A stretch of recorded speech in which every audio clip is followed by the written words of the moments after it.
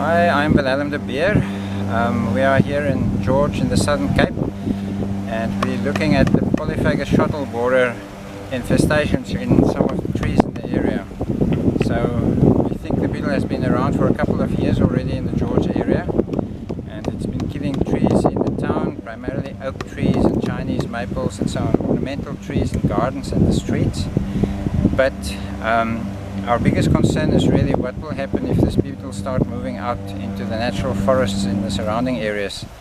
And we are now embarking on two projects, two master students that we will employ to work on this, and this is a venture between three universities actually. So I'm based at the University of Pretoria at the Forestry and Agricultural Biotechnology Institute, where we work with tree diseases in general, primarily for the forestry industry.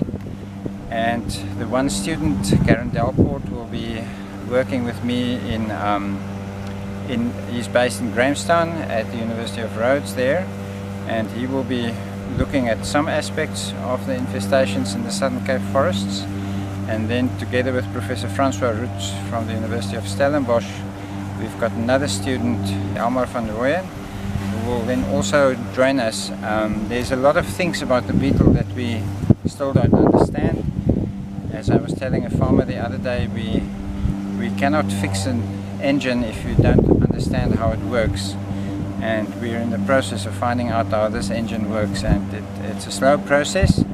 The beetle is going onto lots of trees that nobody has ever seen them attacking before in the new environment in South Africa.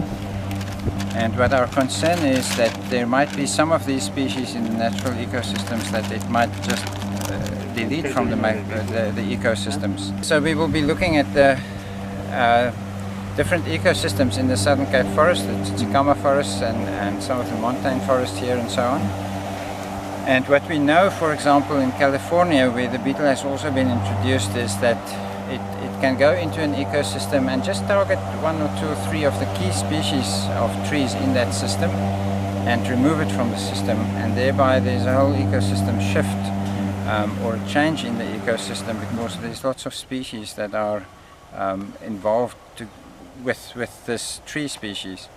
And that is the type of scenario that is not predictable. So we cannot predict what is going to happen here, and we therefore need to monitor. So what we will do is over the next 2 years, we and the students will come back on a regular basis, probably every 2 months.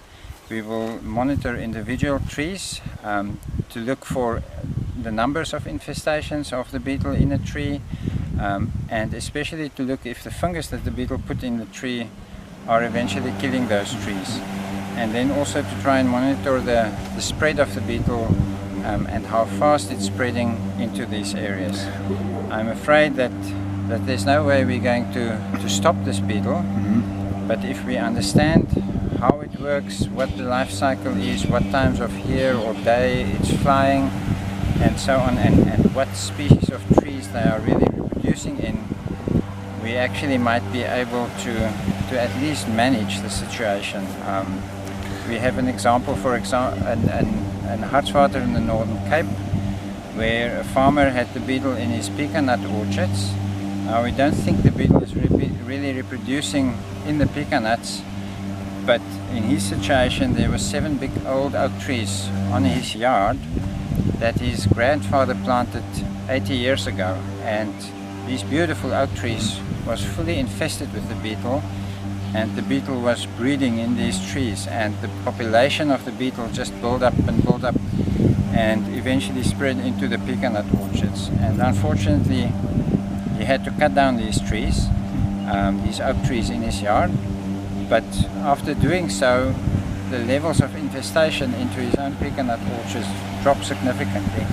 And that is just an indication that with this type of management and with some knowledge about and understanding what the beetle does and how it operates, we should be able to at least reduce the impact or slow down the spread of the beetle. What is your advice to people that's got trees like this? So that's a difficult question. We get the question all the time. First is what is going to happen. As I said, we cannot really predict. And what can we do?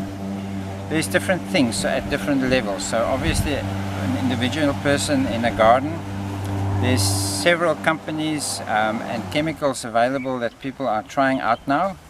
None of these have been registered with our government for really legal treatments of the beetle, but people are experimenting with these, and some of them seem to slow down the impact of the beetle. But at present, in the South African context, we still don't have data for this. And we will hopefully also, together with City Parks and Johannesburg, embark on a string of experiments there with different types of treatments to see what would work in the long run and what not. So a lot of what people think is based on conjecture. They've treated 1 or 2 trees and they think the beetle or the chemical has done something, but some trees heal up by itself. So, or they seem to heal up in the growing season, and then in the other seasons they might start showing symptoms again and so on. So there's really a lot of things to take into consideration. But so in an individual garden with an individual tree, you can try and treat the smaller trees especially. Big infested trees, I don't really think it's worth the effort and the money to, if the beetle is reproducing in those trees, to try and treat there. My best advice, sad advice, is to remove the tree from the garden, because then you will also reduce the impact of and the numbers of beetles in the environment, and that will already take some pressure off the rest of your garden. So these 2 projects are just 2 pieces in a larger puzzle, and I'm not the only one working on this puzzle. As I said already, just with these 2 projects, 3 universities are involved. But we have also several other projects that's going on. We've got a project on the pecan nut orchards funded by the pecan industry. There's a project on avocado trees with the funding from the avocado people. And then hopefully we will also get funding from government to start looking at biological control and so on. On all of these projects there are several collaborators from government, from different universities and so on. This problem is much bigger than what any one person or group can deal with. So we're really trying to build a network of researchers and get all the information that we can together and be able to really give proper advice to the government at different levels in terms of management, but also to individuals and companies and so treating trees.